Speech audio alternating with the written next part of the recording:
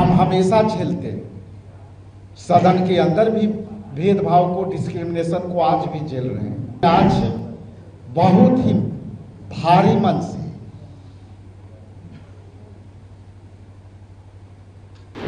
ये पीड़ा उन सब दलितों का है। आज बीजेपी और भाजपा और आरएसएस के गठबंधन सरकार में, मुझे पता नहीं ये बात कहना है उचित होगा कि नहीं, लेकिन गवई साहब जिस उस अंतिम पंक्ति के आते हैं, उसी अंतिम पंक्ति के मैं भी यहां बैठा हूं।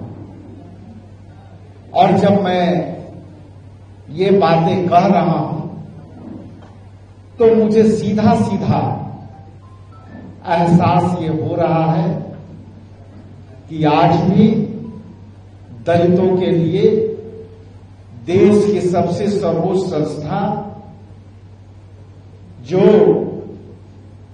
न्याय की पद्धति को लागू करता है और उसमें भी सर्वोच्च न्यायालय के न्यायाधीश और संविधान के रक्षा करने वाले उस न्यायाधीश के प्रति घृणित प्रतिक्रिया के साथ, आरएसएस के एजेंडों के साथ बी.आर. गवई साहब पर जो जूते से अपमानित करने का काम किया है, ये आरएसएस ही कर सकता है, बीजेपी ही कर सकता है। हम इस क्षण को एवं ही जाया नहीं होने देंगे। लेकिन एक बात स्पष्ट है कि जो पिछले पंक्ति में दलित परिवार से आए हुए लोग को आज भी उनकी योग्यता के आधार पर यदि कोई व्यक्ति सर्वोच्च न्यायालय के न्यायाधीश बना है और उसी अयोग्यता के आधार पर आप मानसिक तौर से आप जो है स्वीकार नहीं कर रहे हैं, तो ये सीधा सीधा संविधान पर हमला है,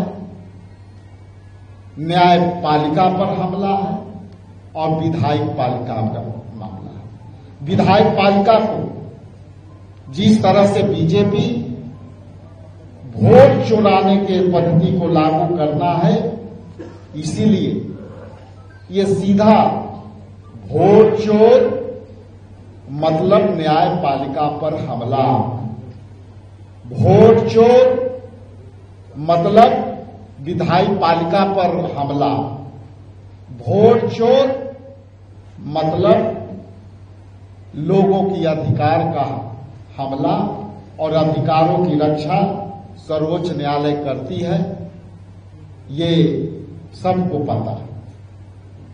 जब भारत की संविधान की बात करें तो राष्ट्रपति से सर्वोच्च पद और सर्वोच्च न्यायालय में सर्वोच्च न्यायालय के पद से बड़ा कोई पद नहीं होता है।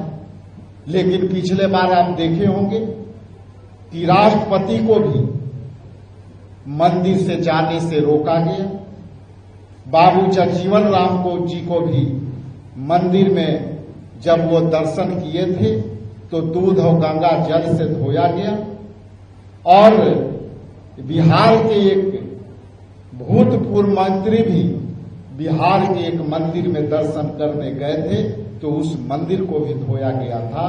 तो आज कह सकते हैं कि भाजपा ने जिस तरह से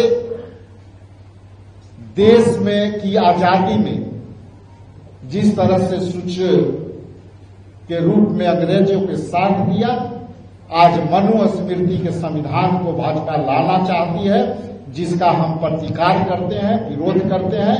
और गवई साहब के किए गए अपमानों के लिए बिहार प्रदेश कांग्रेस कमेटी और बिहार के तमाम कार्यकर्ता आज ये आंदोलन करेंगे और इसको हम इस तरह से संविधान पर और न्यायालय पर हमला नहीं होने देंगे।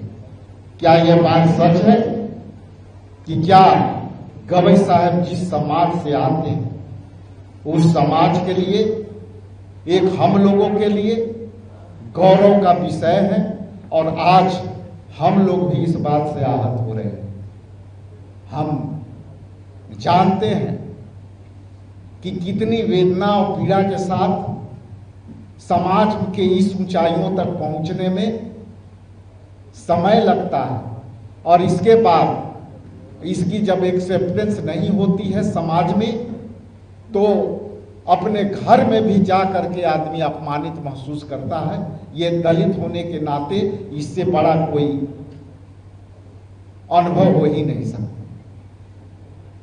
हम हमेशा झेलते हैं, सदन के अंदर भी भेदभाव को, डिस्क्रिमिनेशन को आज भी झेल रहे हैं। कई ऐसे घटना है जिसमें लगातार गांव घर में तो रोज पीटे जा रहे हैं, लेकिन आज बहुत ही भारी मन से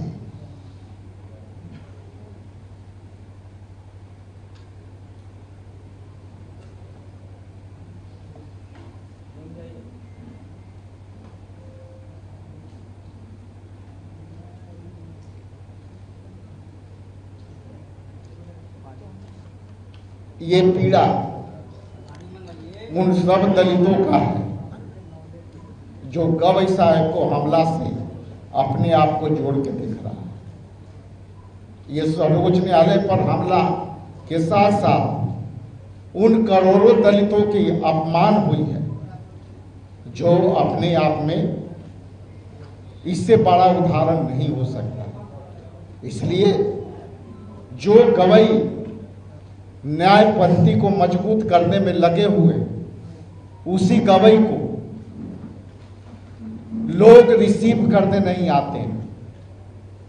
ये वही गवई है जो सर्वप्रथम जब उनकी प्रथम दौरा हुई तो समाजवादी विचारधारा के लोग उनको रिसीव करने तक नहीं थे। इसलिए ये सदियों से दलितों के साथ अपमान होता आया है, और आज ये लोकतंत्र ने मौका दिया, बाबा साहब ने मौका दिया कि आज आपके सामने भी प्रेस वार्ता में आपको बोल करके संबोधित कर रहे हैं।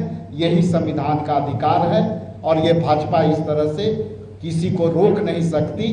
अपमान कर सकती है, लेकिन संविधान को रोक नहीं सकती। ये दावे के साथ कह सकता हूं।